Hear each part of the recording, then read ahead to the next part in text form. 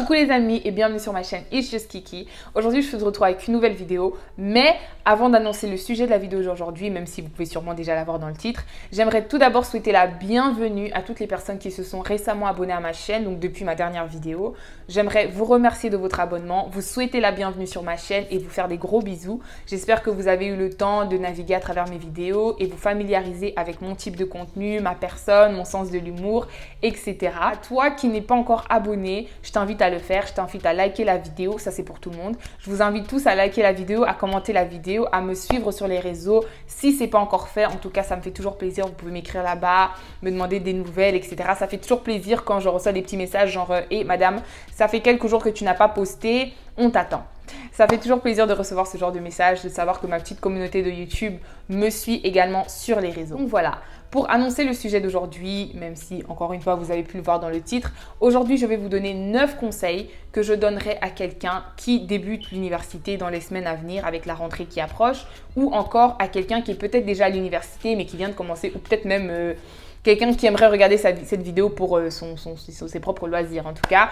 Je vous invite tous à continuer à suivre la vidéo. J'aimerais quand même annoncer que je n'ai pas préparé cette vidéo toute seule. J'ai fait participer mes copines, donc Louisa, Noémie, Tania et Aitana. Je remercie mes copines donc, qui ont aussi également partagé quelques conseils par rapport à leurs expériences. Je leur fais des gros bisous et encore une fois, merci d'avoir participé à la vidéo.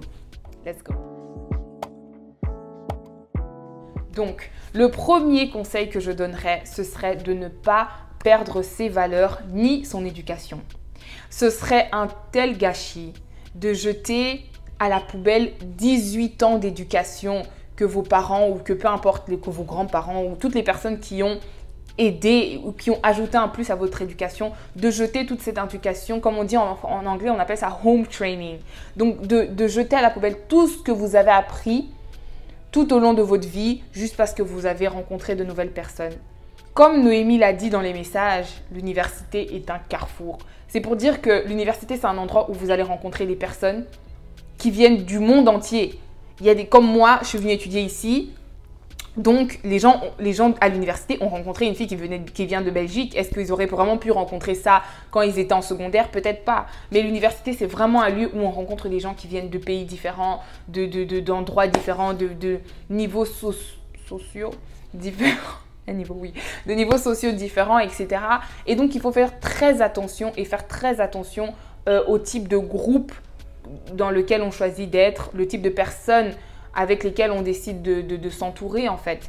Parce que, comme on dit en français, dis-moi qui sont tes amis et je te dirai qui tu es. L'entourage a un fort effet, l'entourage a un grand effet sur la personne que vous êtes actuellement et même la personne que vous allez devenir dans le futur. Donc franchement, numéro 1, ce serait de faire très attention en choisissant nos amis et à ne surtout pas se perdre ou perdre ses valeurs. Le deuxième conseil que j'aimerais donner, c'est d'aimer le choix d'études que vous faites. Je comprends que à 18 ans, demander à une personne qui entre à peine dans le monde des adultes de choisir un métier ou de choisir quelque chose qui fera pour le restant de sa vie, c'est une grande décision à prendre.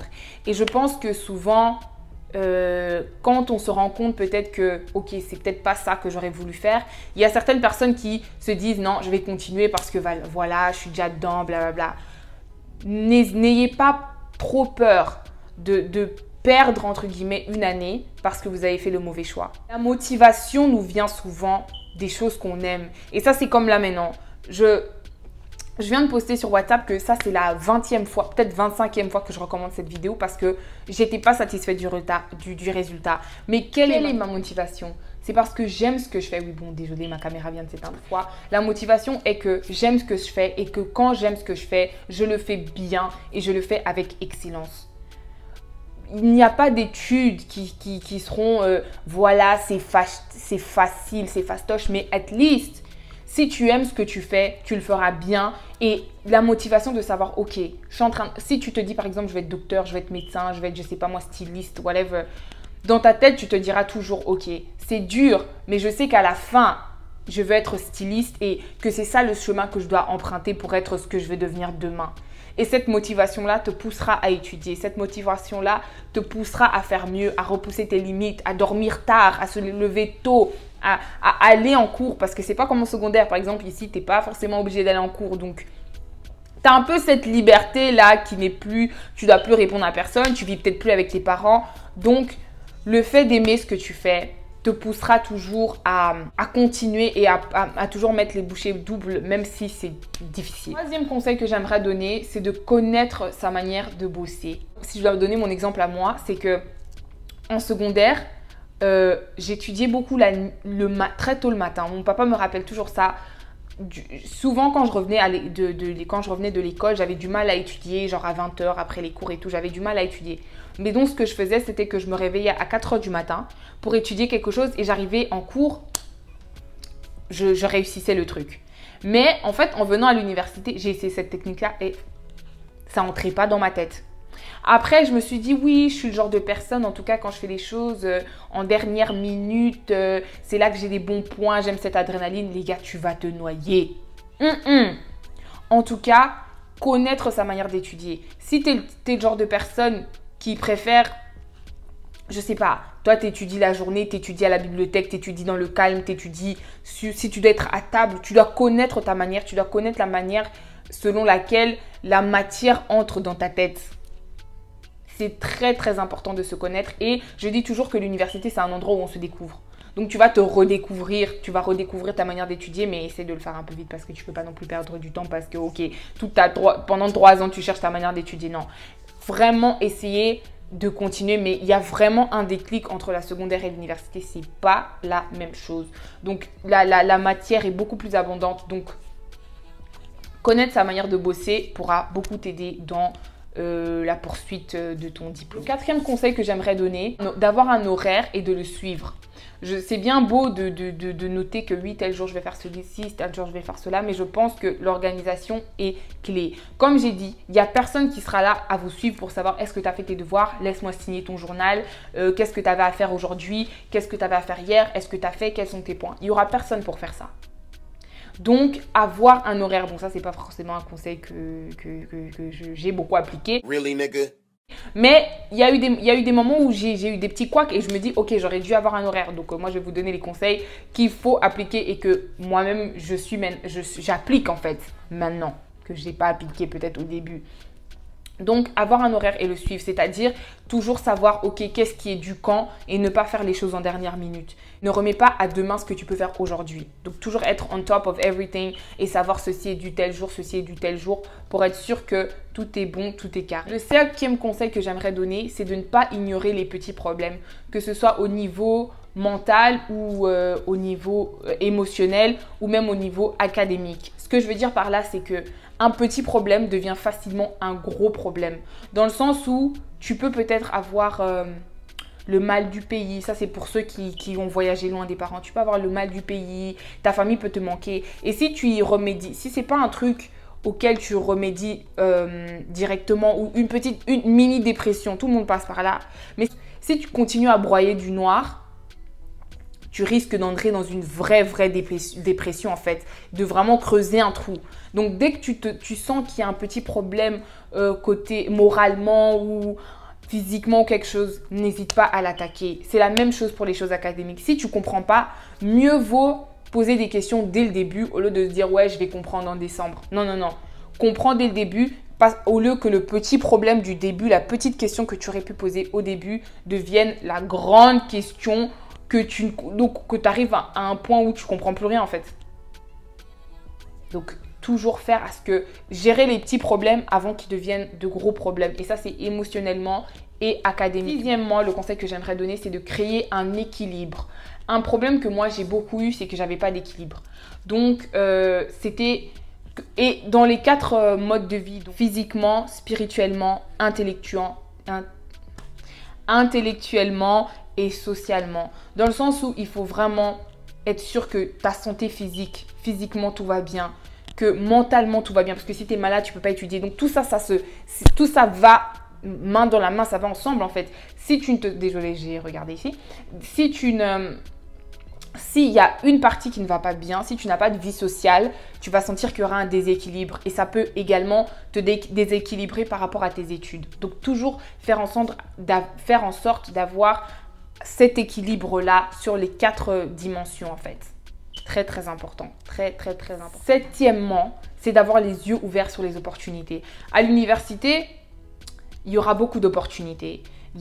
Tu peux entendre parler d'un stage quelque part. Il faut toujours avoir un peu les yeux ouverts. Il ne faut pas être là seulement, oui, voilà, YOLO, moi je suis à l'université, les boîtes, les sorties, freedom, YOLO. Non, il faut toujours garder les yeux ouverts sur les opportunités. Écouter ce qui se dit, écouter ce que les profs… Il y a des profs qui ont des opportunités, il y a des profs… Moi, je sais aux États-Unis, il y a des profs qui ont par exemple… qui sont professeurs, mais qui ont aussi des business. Ils peuvent toujours vous engager. Vous voyez ce que je veux dire? Toujours garder les yeux ouverts sur les opportunités parce qu'il y en a toujours et partout. C'est pour ça que c'est aussi important de vous entourer des bonnes personnes parce que si vous vous entourez des personnes qui ne font que fêter, eux ne seront pas focalisés sur ce genre de trucs. Mais si vous vous entourez de personnes qui cherchent les mêmes choses que vous, les opportunités autant que vous, ils peuvent vous passer des tuyaux par rapport à « Oh, j'ai entendu que toi, tu fais l'économie, par exemple. J'ai entendu que tel prof recherche des élèves pour l'aider dans tel département. » Tu pourras toujours ajouter ça sur ton CV. Très important de garder les yeux ouverts sur les opportunités à l'université. Opportunités de stage, opportunités de job, opportunités de study abroad, donc de peut-être aller étudier en Italie pendant 3 mois. Ce sont des opportunités en or à ne pas rater. Le 8e point, c'est de ne pas se surcharger. Donc, qu'est-ce que je veux dire par là? C'est, par exemple, tu peux aller à l'école, tu as cours à l'école, mais tu acceptes un job qui te demande de travailler chaque jour, toute la journée. Et tu acceptes. Ça veut dire que tu ne sauras pas gérer, tu n'auras pas d'équilibre en fait. Ça va main dans la main. Tu ne sauras pas gérer, étudier, travailler et faire tout ça en même temps. Donc, il ne faut jamais se surcharger, que ce soit oui, je peux babysitter ton enfant, oui, je peux être au travail, oui, je vais être en classe et tu dis oui à tout et donc tu deviens surchargé et donc là, tu pètes un câble parce que là, ça ne va pas. Donc, ne jamais se surcharger et toujours être sûr d'avoir encore une fois cet équilibre. Le 9e et dernier point, c'est d'être responsable.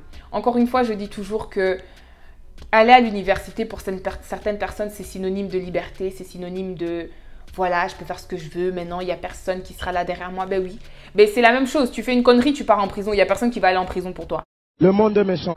Donc, soyez responsable de vos actes, soyez responsable de vos études, soyez responsable de vos factures, soyez responsable, devenez des adultes, deviens un adulte responsable, pas un adulte, ouais j'ai 18 ans et vacciné comme on aime dire, non. Être un adulte, c'est-à-dire être responsable. L'université est un endroit, comme je l'ai dit tantôt, où tu vas vivre des expériences. Il y en a qui disent que ce sont les meilleures années de leur vie. Tu vas vivre des expériences, tu vas apprendre ce que tu aimes et ce que tu n'aimes pas sans que tes parents aient cette influence de dire « Ok, ça c'est pas bien, ça c'est bien ». Tu devras maintenant faire tes propres décisions sur « Oui, ça je peux faire, ça je ne peux pas faire, je peux partir avec telle personne, je ne peux pas partir avec cette personne ». Etc.